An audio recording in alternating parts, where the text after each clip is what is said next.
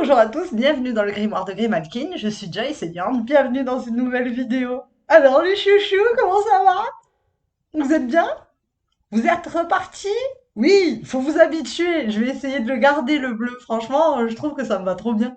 Enfin bref, après cette vidéo, après ce petit commentaire capillaire, après avoir changé de décor, changé d'avis et changé de couleur de cheveux, me voici de retour pour vous jouer un mauvais tour. Alors les enfants, aujourd'hui une vidéo super importante pour annoncer le grand retour, hein.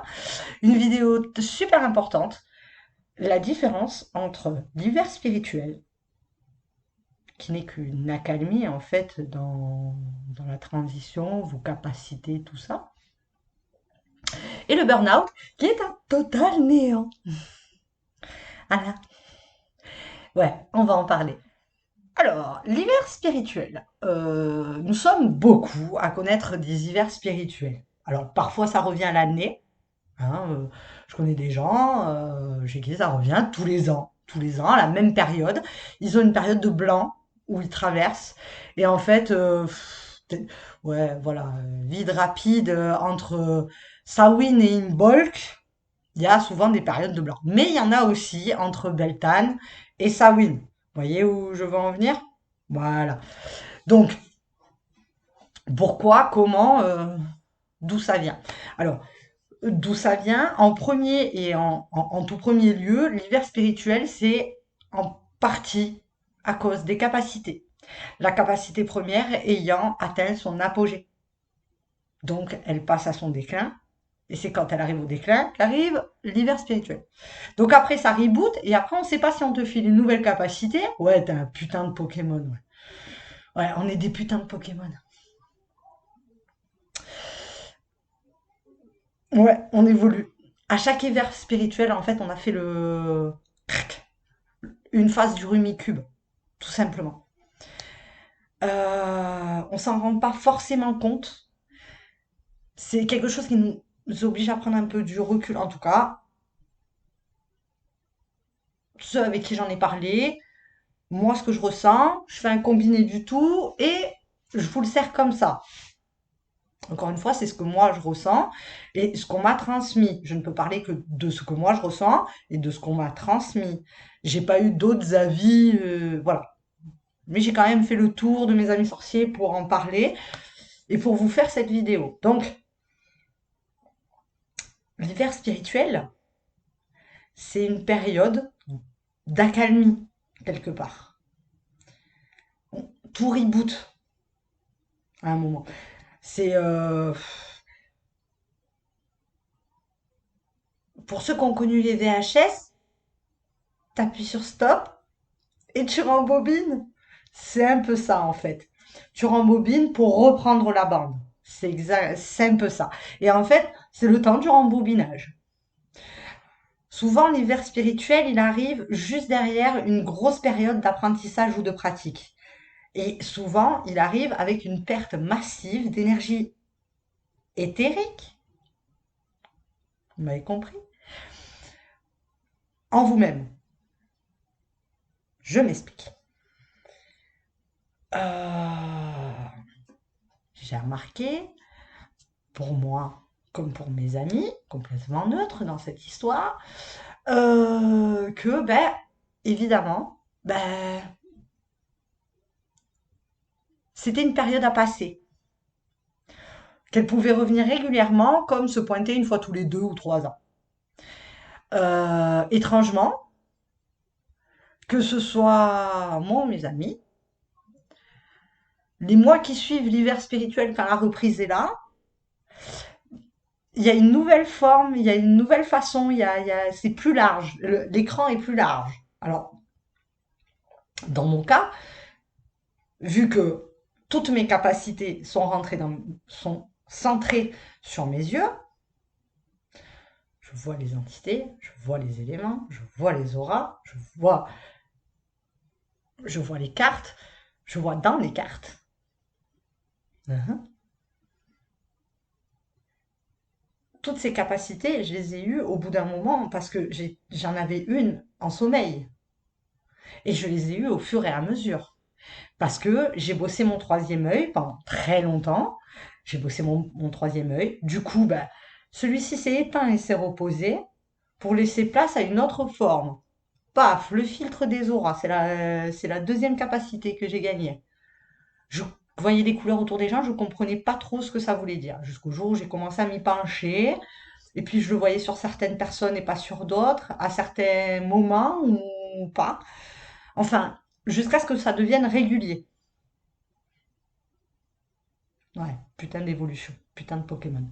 Donc, jusqu'à ce que ça devienne régulier et jusqu'à ce que, en fait, je fasse même plus attention. Et que, quelque part, bah, inconsciemment, je permette un déverrouillage. Sur le coup, oui, à ce moment-là, il y avait l'épisode sur le genjutsu, machin, bordel. J'ai eu cette idée. Clac, quand tu vois la personne en couleur et que la couleur, elle veut pas partir, tac, touche la personne. Juste comme ça, hein. Mais un léger contact, tac, ça te trouble l'image et il redevient en VHS normal. Enfin, en VHS, en 3D, normal, tout va bien. C'est pas une forme, un amas de couleurs, je distingue. Voilà. C'est pas je vois la personne, en fait. C'est je vois les couleurs, je vois des grosses masses de couleurs, en fait. Et parfois, ben, comme ces masses de couleurs sont bien distinctes sur les personnes, ben, forcément, si je les croise dans la rue, ben, je vais les reconnaître grâce à leur aura, pas forcément grâce à leur visage. C'est drôle, hein? Ouais, ben moi aussi. J'ai trouvé ça drôle la première fois. C'est bizarre. C'est bizarre. Je sais. Mais on n'a pas tous la même manière de percevoir les choses. Et là, j'ai pas trouvé plus simple pour vous expliquer ce que moi je voyais. Quand j'ai vu les esprits, c'est pareil. Je voyais pas les auras en même temps que je voyais les esprits. Aujourd'hui, je peux choisir si je veux voir l'aura, à force d'entraînement. Et oui. L'hiver spirituel, c'est souvent le palier évolutif. C'est voilà, c'est t'es arrivé sur le palier, il faut traverser le couloir pour pouvoir avoir accès à l'escalier au prochain escalier. C'est le level up, c'est les arènes Pokémon. Ouais, c'est à fond dans les Pokémon, donc forcément, ils sont dans toutes mes conversations. Voilà. Donc, pour résumer, l'hiver spirituel, c'est le synonyme que vous êtes en train de passer le palier et que l'escalier est au bout du couloir. L'hiver spirituel, c'est le couloir. Ce temps de passer d'une capacité à l'autre, en fait. Tout simplement. Donc, euh, maintenant qu'on a parlé de l'hiver spirituel, alors attention, hein, il peut varier suivant les... Encore une fois, les réactions peuvent varier en fonction des personnes et le temps peut varier en fonction des personnes. Attention. Bon. Le burn-out de la sorcière. What is it say? Alors, qu'est-ce que c'est? Eh ben, c'est la dépression de la sorcière. Le burn-out de sorcière, c'est exactement la même chose que le burn-out au travail. C'est tu peux plus rien faire. C'est t'as plus la motive.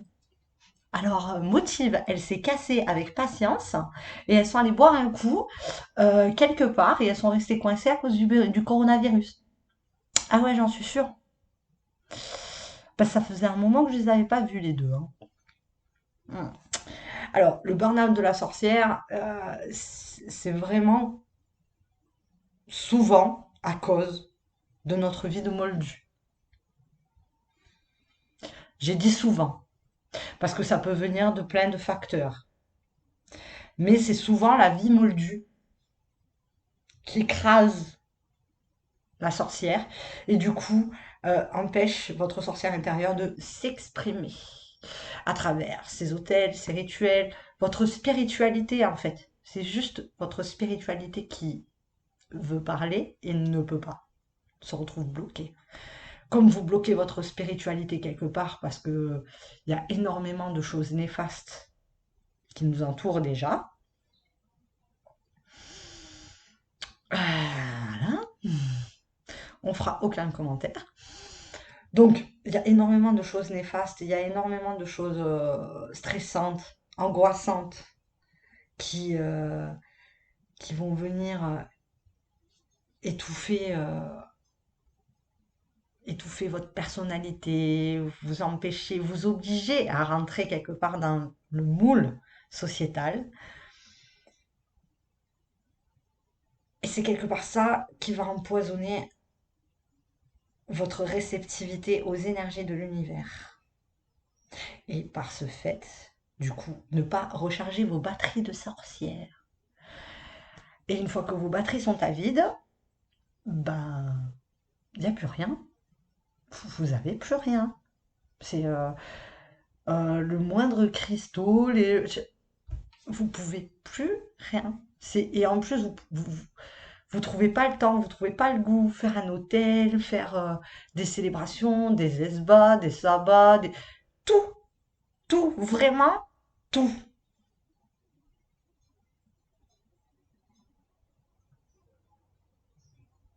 Vraiment, vraiment tout. Vous n'avez vraiment plus envie de rien au niveau ESO.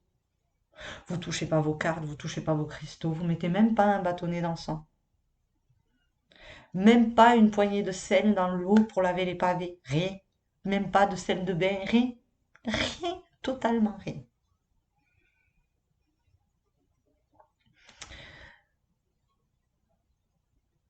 Le burn-out de la sorcière, il a une fin.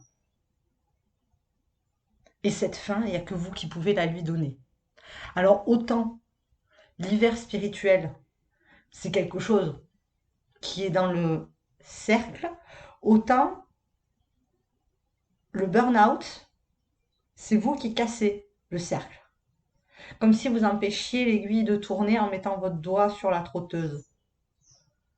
Voilà, c'est exactement ça.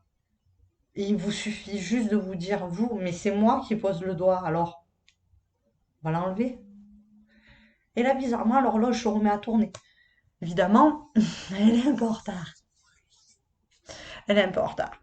Donc, ce qu'il y aura à retenir de cette vidéo, qui fait quand même 12 minutes, un peu plus de 12 minutes, je ne vais pas vous manger le cerveau pendant 150 ans non plus, surtout pour mon retour. Mais dites-vous bien que si être sorcière, c'est aussi des obligations. C'est aussi une spiritualité, c'est aussi une, un, un savoir-vivre et que c'est pas facile tous les jours. Quand vous aurez admis ça et que vous aurez admis pas pouvoir tout gérer en même temps et que vous aurez admis que vous n'êtes pas ni Wonder Woman ni Superman, étrangement, vous verrez, le doigt va se retirer. Et étrangement, vous allez pouvoir réabsorber l'énergie de l'univers. Parce que justement, vous aurez déverrouillé les bonnes questions. Le burn-out, c'est une traversée du désert. Parce que croyez-le ou non, vous vous posez la question de qu'est-ce qui se passe. Ça manque, il y a quelque chose qui manque. Comme un assoiffé devant une oasis qui arrive jamais, comme Tantale. Oui, Tantale. Toujours assoiffé, mais jamais, jamais désaltéré. Toujours affamé, mais jamais rassasié. Voilà. Vous aurez toujours l'impression que...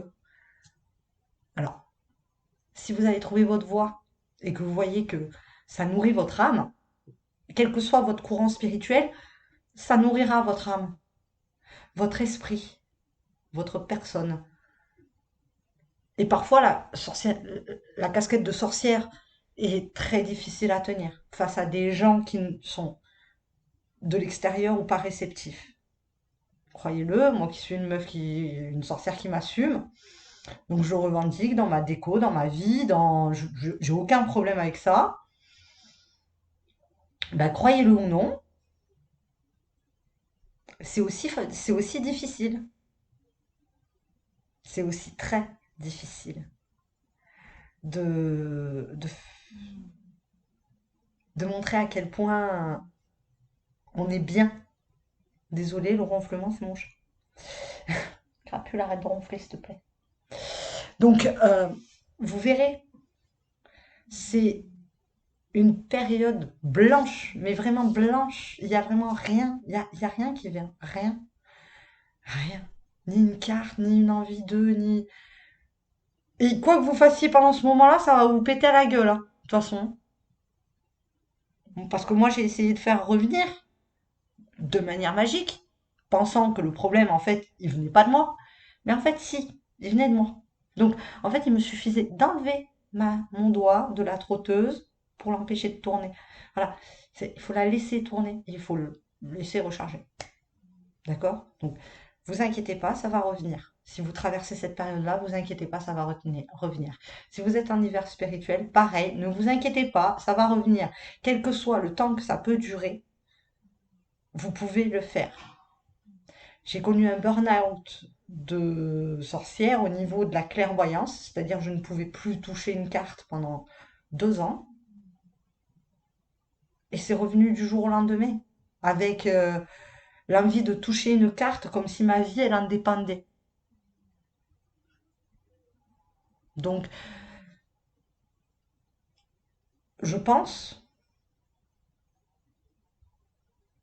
et si ça vous est arrivé, j'aimerais bien, dans les deux cas, hein, laissez-moi des commentaires, ça m'intéresserait, parce que du coup, j'ai fait le tour de mes amis sorciers, mais j'ai pas fait le tour de mes abonnés. Alors, je vous en prie, laissez-moi un commentaire pour me dire si vous aussi, vous avez connu des hivers spirituels ou des burn-out sorciers. Dites-moi-le, ça m'intéresse fortement. Sur ce, ben, comme d'habitude, j'espère que cette vidéo vous aura été utile. J'espère que vous aimez ma nouvelle coupe de cheveux. Et j'espère que vous êtes content du retour de Joyce et Diane dans le grimoire parce que vous n'avez pas fini d'entendre parler de moi. En attendant, bah, comme d'habitude, des bisous, prenez soin de vous.